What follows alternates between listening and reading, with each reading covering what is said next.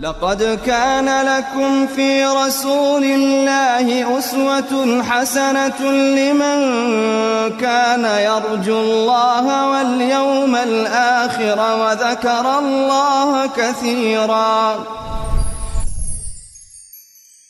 بسم الله الرحمن الرحيم. الحمد لله والصلاة والسلام على رسول الله. اللهم افتح لنا أبواب رحمتك وألحقنا بالصالحين. اللهم علمنا ما ينفعنا وانفعنا بما علمتنا وزدنا علما وفهما في الدين. اللهم اجعلنا للمتقين إماما.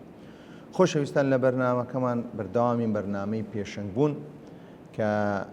زنجیرەی بەرنامەکەمان کە ئەمڕۆ گەیشتە 87مین بەرنامە کە باسی ئەوەی دەکەین کە چۆن بتوانی کەسێکی پێشەنگ پێ بگەینین یان دروستی بکەین کە مەبەستمان کەسی پێشەنگ لە ڕوانگەیەکی جوان لە ڕوانگەیەکی موسڵمانانە کە کەسێکی خاوەن پەیام و خاوەن بەهایەکی جوان بێ کە چەندەها بنچینەمان هەبوو وتمان 5 بنچینەی سەرەکی هەیە بتوانین کەسێکی پێشەنگ دروست بکەین. یەکەمیان بنچینەی ئیمانیمان بنچینەیەکمان باس کرد کە گرنگجیران بنچینەی بەهایەکان کەویش خۆی لە چەند خاڵ دەگرتەوە هەروە بنچینەیەشتمان بنچینەی پلان کە خۆی لە چەند خاڵ دەگرتەوە هەموومان باس کردیە هەروە بنچینەیەشتمان بنچینەی پەیوەندی و عیلاقات کە هەریەکیان لەوانە خۆی لە چەند خاڵ دەگرتەوە تقریبا نزیکەی 75 بەرنامەمان لەسەر کردیە. لە پاشەوە هاتینە سەر خاڵی چوارەم کە ئەویش بریتە لەوەی لێهاتوویی مەهارات کە پێویستە کەسی پێشەنگ مەهاراتی هەبی. دیارە مەهارات کە ئەو لێهاتوویە ببتە هۆی ئەوەی کە کەسەکە کاریگەری زیاتر بێ ئاسان پەیامەکەی خۆی بگەینی. یەکەمیان گوتمان لێهاتوویی خودی هەبی چەندەها 5 خاڵمان باس کردووە. هەروە لێهاتوویی کارجێڕی هەبی 5 خاڵمان باس کردیە. هاتینە سەر لێهاتوویی کاریگەری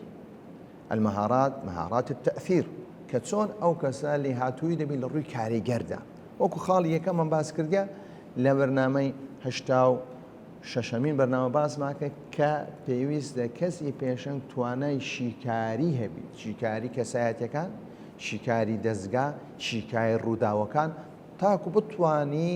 خوێندنەوەیەکی ورد لەبوو ئەو مەسەلانە بکە ئینجا بێ مامەڵی لەگەر بکات و هەروەها ئەو شتەی دەیهەوێ بیڕێژێتە سەر تاکەکان یان کۆمەڵگان یان ڕووداوەکانی پێچارە سەرکان. دەینە سەر خاڵی دووەم بۆ ئەوەی ئەم مرۆڤە یان ئەم کەسەی پێشەنگە کاریگەری زیاتر بێ دەبی هونەری بڕواهێنان بە بەرامبەری هەبی یان هونەری ئیقناعکردن یان هونەری دنیابوونی بە بەرامبەر بدا کە ئەم هونەرە بەڕاستی ئینسان لەو کاتەی دەتوانێت هونەرە بەدەستبینی کە زانست و زانیاریەکی تەواوی هەبێ لەسەر ئەم بابەتەی کە قسەی لێ دەکات لەسەر ئەم فکرەی دەوێت قسەی لێ دەکات لەسەر ئەو بەهایەکە قسەی لێسەر دەکات بەسەر ئەو ڕەوشتەی دێدا قسەی لێسەر دەکات. تۆ کە فەنی هونەری ئیقناع و هونەری بڕواهێنانت هەبوو بەرامبەر تۆ دەتوانی تەسویقی شت بکەیت تۆ دەتوانی گفتوگۆ بکەیت تۆ دەتوانی ئەو بەهایە هەیتت بە خەڵک بفرۆش ئەو پەیامەی هەیتت بە خەڵک بفرۆژی بیدێ بە خەڵک بۆ ئەوەی بڕوا بەو ئەفکارە بینین کە تۆ هەیتت. بۆی دەبینین یعنی پێغەمبەر صلی الله علیه وسلم لە ڕووی هونەری بڕواهێنان بە بەرامبەر وەکو ئەعرابیەک دێتە لای پێغەمبەر صلی الله علیه وسلم دیارە لە پێغەمبەر صلی الله علیه وسلم دەکرێ دایک و باوە کە سپی و سۆر و جوامن منداڵێکی ئەسمەری ڕەشیان لێ دەرچین پێغەمبەر صلی الله علیه وسلم چ جوابێکی دەداوە کەسایەتیەکەی خوێنیتەوە هەروەها قودرەی چونکە کە دەری هونەری بڕواهێنان بەرامبەر تۆ لەو کاتێ هونەری بەکاردەهێنی کە کەسایەتیەکەت خوێنبیتەوە کە هەموو شتێکەکان پێکەوە ڕەبتە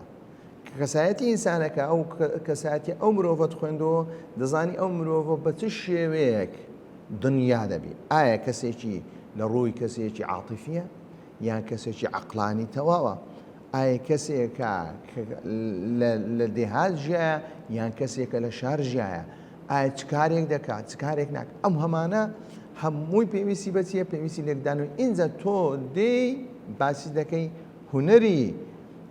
دنیابوون بەرامبەر بەکاردێن هونەری بڕواهێنان بە بەرامبەر یا هونەری ئیقناعکردن چۆن بەکارێ پێ پێغەمبەر صلی الله علیه وسلم ڕاستەوە خۆ ئەو بابەتێ بە شێوێک لۆ ڕوون دەکات بابەتێکی سادە و ساکار کە ئەو کەسە خاوەن حوشتر بووە ئایا تۆ حوشترت هەیە بەڵێ هەیتم ئایا بینی تێکە حوشترێک دوو حوشتری کە ڕەنگ زەرد دەبینی کە فەرخەیەکیان دەبێ یان بێچوویەکیان دەبێ ئەو بێچووە ڕەشی تێدایە گوتی بەڵێ گوتی ئینسانەکانیش ئەوێ ئەوە عێرقە ئەو عێرقە هاتیتە لە باوان گواسرایتەوە بۆ منداڵەکان کەواتە لێرە کەسێکە قناعەتی هاات بڕوای هێنا کە هەم بڕوایەکە بڕوایەکی علمیە بەڵام بە شێوەیەکی چی بەو شێوەی پێشکەشی کەسەکەی کرد کە توانای تێگەیشتنی هەیە ئەگە بێت و ئێستا کە بری وڵاتاکە کڕۆمۆسۆمی بینە ئەو بابەتەوە ئەو تێکەڵ بۆ لە پاشەوەی جینیاتە ئەم کەسە سەری لێ دەرناچی بەڵام کاتێک تۆ نمونونەکە پێغەمبەر صلی الله علیه و سلم نمونونەکەی لە بۆ ئاسان کردیە نمونونەکەی لە بۆ ئاسان کردیە لە ڕاستەوە خۆ ئەو نمونە ئاسانیە کە بوویتە هۆی ئەو ئینسانە تێبکە بۆیە کاتێک دەرین کە تۆ دەتەوێت کە قناعات بە کەسێک بینی کەواتە واتە ڕاکێشانی بەرامبەرە ئیقناع چییە؟ بڕواهێنان بە کەسێک چییە بە شتێکدا بریتە ڕاکێشانی کەسێکە کەسێکی بەرامبەر بۆ بیر و بۆ چوونێک یان بۆ کارێک یان بۆ نەکردنی کارێک دنیای پێدەدەی کە ئەم کارە بەو شێوەی بێ بۆ شێوێ قناعەتی پێدەینی ئینجا کاتێک دێین باسی ئەوەی دەکەین ئایا چی پێویستە کەسی پێشنگ هەیبی بۆ ئەوەی بتوانی بەرامبەرەکەی بڕوا پێهێبینی حتمما پێویستە زانست و زانیاری هەبێ بەڵام تەنها زانست و زانیاری کافی نییە زۆر جاروەیە کۆمەڵە کەسێک مادیە زانست و زانیاریی زۆری هەیە بەڵام قودرەی ئیقناعکردنی نییە لەبەر ئەوەی ناتوانین بە شێوەیەشی تەسەلسل باسی ئەو بابەتە بکە باسی ئەو تەسەلسل باسی ئەو بابەتەکە بۆیە هونەری قسەکردن و هونەری بەڵگەهێنانەوە هەرچەندە بەڵگەکان لە لابی جاروەیە کۆمەڵە کەسێک هەیە زۆر نوسوسی لەبەرە بەڵام ناتوانانی ئەو نوسوسانە لەگەر یەک بگونجێنی قدرەی ئەو ئیستینباطی نیە لە ئەحکامدا لەو نەسانەدا کە قدرەی ئیستینباطی نەبوو کەواتە لێرە ناتوانانی بەرامبەرەکە ڕاستە فکرەیەکی هەیە هەروە فکرەکانیشی ئیستینباط کردێ لە ئایەت و لە ئەحادیث یان لە واقعدا بەڵام ناتوانانی ئەم فکرێ بگوازێت لە بۆ کەسەکی تر چونکە قدرەی قناعی نیە ڕەبتی هەرچەندە زانست و زانیاریەکەی لەلایە بەڵام پێشکەشکردنی زانیارەکە بە شێوەیەکی هزری پلەبەندی نییە کە پێویستە ئەو ئینسانە ئەم بابەتە ڕەچاو بکات و هەروەها تەرتیب بکات نمونەیەکی زۆرمان هەیە لە قورئان کاتی خوای پەروەردگار باسی ئیبراهیم عەلەیهی السەلام دەکات لەگە نەمڕود ألم تر إلى الذي حاج إبراهيم في ربه حاجة جاء قال ربي الذي يحيي ويميت ڕاستە خۆی کە حاجەجەی لەسەر پەروەردگار ئەوەیە کە يحيي ويميت قال أنا أحيي وأميت مناقشەی لەگە نەکرد چونکە لێرە مناقشە أنا أحيي وأميت کاتێک نەمڕود بەو شێوە دوو کەسی هێنا کەسێکی ئازاد کرد لە سەرزینەکان لە کەسێکی بەرەلاکەوتی ئەوم کوشت ئەوە من دەتوانم بمرێنم ئەوشم بەرەلاکە ئەو زەندیم کردەوە ئیبراهیم عەلەیهی السەلام مناقشەی نەکرد ئەو شتە مخالفی واقعەوە نییە بەو شێوەی نەخێت هات ئەو جارێ بەڵگەیەکی بۆ هێناوە کە ئەو بەڵگەیە پێی ناکرێت لو كانت فإن الله يأتي بالشمس من المشرق فأتي بها من المغرب نيا آية بيدكري فبهت الذي كفر لو كسي ككفرانو حقيقتي ده شاردو بوصل بوا هيس بينكرا بو بيدرين اقناع كردن مناقشيك تو حجي برامبركي دبري ولا كاتي مناقشه كردون لباتي بلغهينانوا سيم خال ك باز دەکەین لەبۆ ئەوەی ئینسانەکە کاریگەری بێ هێز و دەسەڵات پێویستە ئەو کەسەی پێشەنگە بۆ ئەوەی کاریگەری بێ هێز و دەسەڵات هەبێ ئینجا هێز و دەسەڵات مەبەسمان ئەو هێز و دەسەڵاتەیە کە دەبتە هۆی ئەو ئینسانە کاریگەری زیاتر دەبی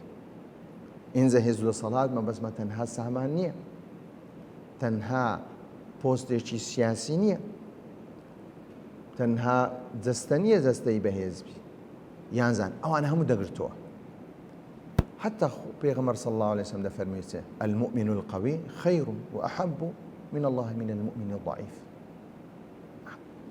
چاکترە باشترە ئینسانی ئیمانداری بەهێزدا لە هێزدا لە زانستدا لە هێزدا لە جستەدا اینجا دەبی ئەو هێزت لە ڕوانگەیەکەبی هەروە کاتێ إن خير من استأجرت القوي الأمين لێرە باسی دەکە القوي بەهێز الأمين کە کەسێکی ئەمینیش بی. کەواتە هەبوونی هێز و دەسەڵات شتێکی زۆر زۆر ئاسایی لە ئیسلامدا، بەڵکو ئەو کەسە دەبی دەسەڵات بگرێتە دەست ئەلقەوی کە بەهێز بی، بەڵام بەهێزبوون تەنها ئەگەر ئەمینەتی تێدا نەبوو بە کەلسی دێ، دەبی ئەمینیش بی. بەڵام بەدەستهێنانی هێزدا لە ئیسلامدا پێویستی بە پرەنسیپی ئەخلاقیە، وەکو ئەوەکەی نییە قاعیدەیەکی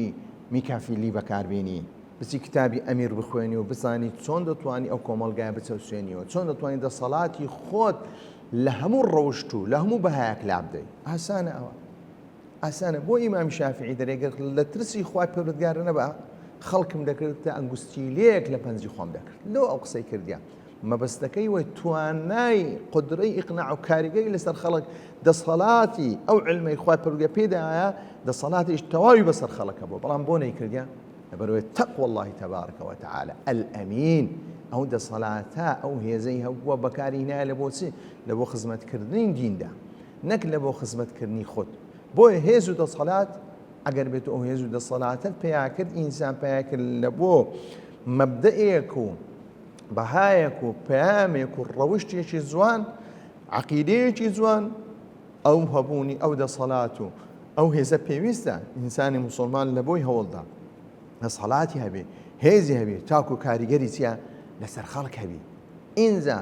هێز گوتمە هێزی فکری، هێزی سامان، هێزی دەستەیی، هێزی عاتیفی سۆزی، هێزی پەیوەندی، ئەمانە هێزی زانستی. ئەم هێزانە پێویستە ئینسان چیە بتوانی پێیا بکە، بەڵام بە شێوەیەکی ڕەوشت کە سنوورێکی لە بۆ دابنێ، نەک دەسەڵات و هێز بە هەموو شێوە ئەلغایەت و توبەریر و وەسیلە بەو شێوەی نەبی بۆ ئەوی دەسەڵات بگرێ دەست، هەموو ڕێگایە بگرێ دەست، هەموو ڕێگایە بگریە ڕێ تاکو بگێ ئەم غایەتە بریتە هێز و دەسەڵات. بەڵکو هێز و دەسەڵات ئامرازێکە بۆ خزمەتکردنیسی ئەو